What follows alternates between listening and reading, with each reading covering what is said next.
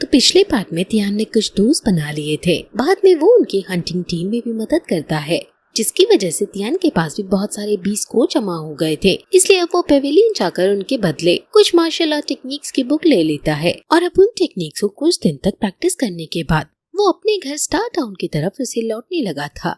हालांकि रास्ते में वो देखता है कि इवियन और जियोंग को हान फैंग नाम का एक लड़का परेशान कर रहा है, इसलिए अब उनकी मदद के लिए तियान वहीं रुक जाता है। लेकिन हान फैंग तियान की बात नहीं मानता और तियान को ही लाइफ एंड डेथ बैटल के लिए चैलेंज कर देता है।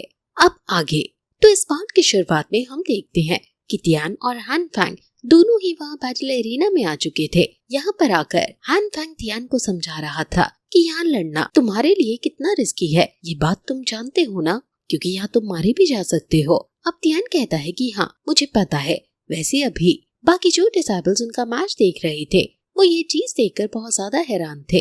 वो कह रहे थे कि हान फैंग ने अभी अभी ब्रेक थ्रू किया है और अब वो लेवल 9 पर पहुंच चुका है। साथ ही उन्हें तियान के बारे में भी पता था कि उसका लेवल बहुत टाइम से बड़ा ही नहीं है। वो कहती हैं कि ये कुछ दिन से गायब था और अब अचानक आकर हान फैंग को चैलेंज कर रहा है। लगता है ये पागल हो गया है। वैसे तभी यहाँ बैटल एरिना के आसपास फ्लेम्स उस जगह को कवर कर लेती हैं, जिससे कोई भी हारने से पहले यहाँ से निकल ना पाए और ये यहाँ का रूल है। अब तभी इवियन वहाँ से तियान को एनकरेज करते हुए कहती है कि तुम ही जीतोगे, जिस बात से हान फैंग को गुस्सा आ जाता है। वो कहता है कि अब माफी मांगने के लिए बहुत देर हो चुकी है, जिस पर तियान कहता है कि लेकिन तुम्हें देर नहीं हुई है, अगर तुम अभी भी माफी मांगना चाहो तो मांग सकते हो। पर इस चीज पर और गुस्सा होते हुए हान फैंग तुरंत अपनी तलवार लेकर यहाँ तियान पर हमला करने लगता है, लेकिन तियान ने हवा में आकर अपनी स्वॉर्ड स्ट्राइक से हान फैंग को वहीं रोक दिया था। अभी जब हान फैंग तियान की उस स्वॉर्ड स्ट्राइक का सामना कर रहा था, तभी इतने में ही तियान फिर से सीम अटैक करते हुए हान फैंग को वहाँ से दूर फेंक देता है। साथ ही इस चीज की एनर्जी की वजह से यहाँ वो फ्लेम्स भी गायब हो गई थी और हान फैंग की तलवार भी उसके हाथ से नीचे गिर गई थी। वैसे इस टेक्निक को जिंगजू स्वॉर्ड टेक्निक कहा जाता है और अभी बाकी वो डिसेबल इस टेक्निक को देखकर बहुत ज्यादा हैरान थे। पर तभी हान फैंग कहता है कि शायद तुम्हें भी थोड़ी बहुत ट्रिक्स आती हैं, लेकिन अब तुम और देर यहाँ एरिना में खड़े नहीं रह पाओगे। और इतना कहते हुए वो तुरंत ही हवा में आता है और वहाँ एक स्पिरिचुअल फॉर्मेशन क्रिएट करता है। अभी बाकी डिसेबल्स ये देखकर समझ गए थे कि वो कौन सा अटैक करने वाला है। साथ ही इवियन भी जानती थी कि ये हान फैंग का स्पेशल अटैक है, इस वजह से वो तियान को वहाँ से हटने को कहती है। पर तभी हान फैंग कहता है कि अब बहुत देर हो गई है, अब तुम कुछ नहीं कर सकते। और इतना कहते हुए वो उस फॉर्मेशन के अंदर से अपने वेपन का एक बड़ा सा स्पिरिचुअल फॉर्म निकालकर यहाँ तियान की तरफ फेंकता है।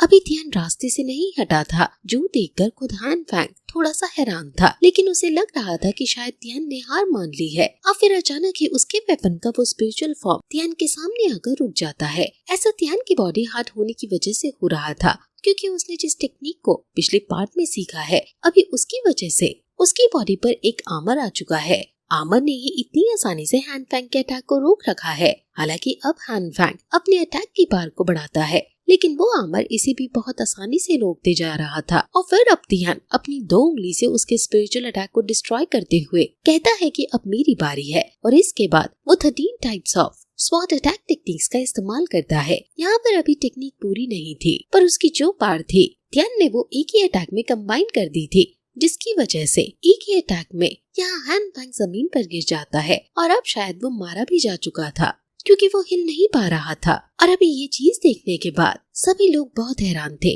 कि तियान ने अपनी तलवार निकालकर एक ही अटैक में हान फैंग जैसे 9th लेवल के कल्टीवेटर को हरा दिया। वो कह रहे थे कि तियान अब मॉन्स्टर बन चुका है। वैसे अब हम देखते हैं कि तियान यहाँ इवियन और जियोंग के साथ वापस लौट रहा था। तभी इवियन कहती है कि मुझे लगा नहीं था कि हम फिर से तुमसे मिल पाएंगे, हमें लगा तुम चले गए। इस पर तियान कहता है कि हाँ वो टाउन की तरफ ही जा रहा था, लेकिन तभी उन्हें इनकी आवाज सुनाई दी। हालांकि अब वो बताता है कि वो फिर से अपने स्टार टाउन की तरफ जाने वाला है।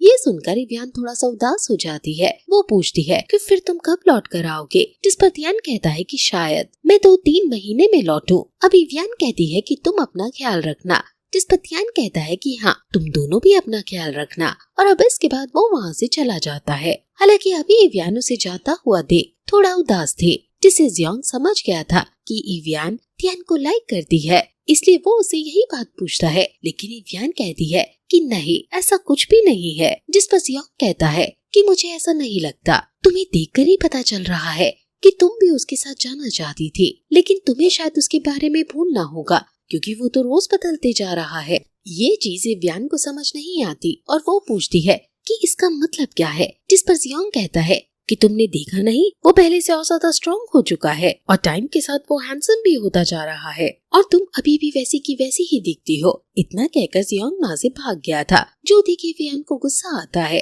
और वो भी जियांग के पीछे भागने लगती है। हालांकि इसके बाद सीन चेंज होता है और हम ज़ैंग हाओ के पास आते हैं। ये असल में ज़ैंग ज़ी का बड़ा भाई है। अभी इसे अपने भाई की डेड बॉडी मिल चुकी थी। इस बात से ये बहुत ज्यादा गुस्सा था। जो गार्ड उसके भाई की डेड बॉडी लेकर आए हैं, वो उनसे पूछता है कि ये उन्हें कहाँ मिली, जिस पर वो बताते हैं कि जब वो सेट के बाहर जंगल में गए थे, उन्हें वहीं ये बॉडी मिली थी। साथ ही इसके पास एक थंडर टाइगर भी पड़ा हुआ था, जिसके 20 कोर को कोई ऑलरेडी ले जा चुका है और उसकी बॉडी पर कुछ तलवार के निशान थे। इसका मतलब जिसने हमला किया वो सच में पावरफुल था। इस बात से ज़ैंग हाओ को बहुत ज्यादा गुस्सा आता है और वो तुरंत उस गार्ड की गर्दन पकड़कर उसे उठाता है और उससे पूछता है कि क्या तुम्हें पता चला कि वो कौन था, जिस पर वो गार्ड कहता है कि नहीं, हमें इस चीज का पता नहीं चला। हालांकि अब ज़ैंग हाओ उसे दूर हटाते हुए कहता है कि ठीक है, तो फिर पेविलियन में जाकर देखो कि किसने 20 कोर को एक्सचेंज किया है और वो जो कोई भी हो उसे मेरे पास लेकर आओ। मैं उसके टुकड़े कर कर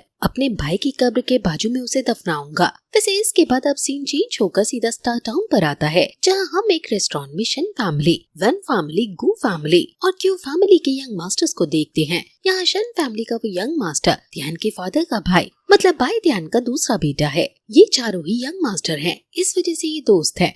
और अभी ये आने वाले कंपटीशन की बात कर रहे थे। असल में यहाँ एक कंपटीशन ऑर्गेनाइज किया जाने वाला है। वैसे अभी शन फैमिली का वो यंग मास्टर बोल रहा था कि इस कंपटीशन में शन फैमिली ही जीतेगा। वैसे उसे यंग मास्टर कहना ठीक नहीं होगा, क्योंकि देखा जाए तो यंग मास्टर असल में तियान है और ये सिर्फ एक डिसाइपल हैं। जब तक इसके फादर यहाँ के लीडर नहीं बन जाते तब तक ये यंग मास्टर नहीं कहलाएंगे। लेकिन तियान कमजोर है, इस वजह से ये सारे लड़के इसे यंग मास्टर ही कहते हैं। वैसे अभी इस कंपटीशन को लेकर सभी बहुत एक्साइटेड हैं। तभी वो वन फैमिली के यंग मास्टर से इस कंपटीशन के रिवॉर्ड के बारे में पूछते हैं, तो वो बताता है कि रिवॉर्ड के तौर पर हमें यान यांग फ्रूट मिलेगा।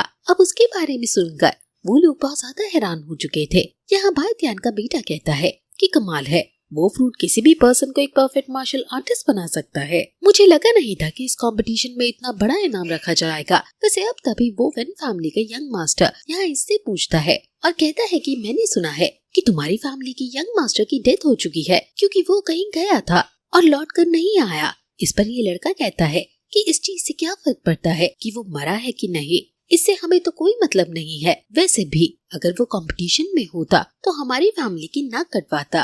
वैसे अब इतने में ही वहाँ ध्यान उनकी बात सुन लेता है। वो कहता है कि लगता है तुम मेरी ही बात कर रहे हो। अब ये लड़का तुरंत वहाँ से नीचे देखता है। ये अभी ध्यान को देखकर हैरान था। ये कहता है कि तुम अभी तक जिंदा हो, जिस पर ध्यान कहता है कि लगता है तुम मुझे जिंदा देखकर खुश नहीं हो। वैसे वो लड़का कहने लगता है कि तुम्हें यहाँ न रुककर घर जाना चाहिए, वैसे भी तुम यहाँ मेरी नाक ही कटवाओगे। लेकिन ध्यान कहता है कि अभी कहाँ, अभी तो मुझे तुम्हें कुछ सिखाना है। और इतना कहते हुए ध्यान वहाँ से सीधा इस लड़के के पास आकर इसे गले से पकड़कर उठा लेता है और इसके बाद अब वो उसे यहाँ नीचे फेंक देता है। और अब नीचे आते हुए कहता है कि अगली बार से तुम मुझे मेरे नाम से नहीं बल्कि यंग मास्टर कहकर बुलाओगे। वैसे अभी ये देखकर वो डिसाइपल बहुत ज्यादा डर रहा था। साथ ही बाकी तीनों यंग मास्टर्स भी हैरान थे।